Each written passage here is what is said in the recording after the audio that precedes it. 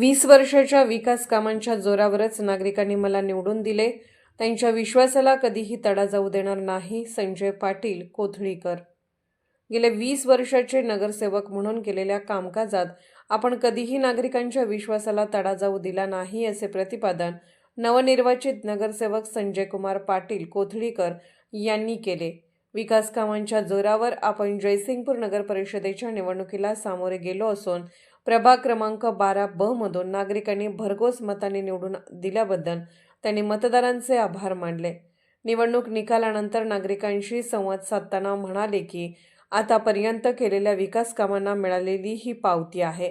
पुढील काळातही नागरिकांनी दाखवलेल्या विश्वासाला कुठेही तडा जाऊ न देता पारदर्शक व लोकाभिमुख कारभारावर भर देण्यात येईल.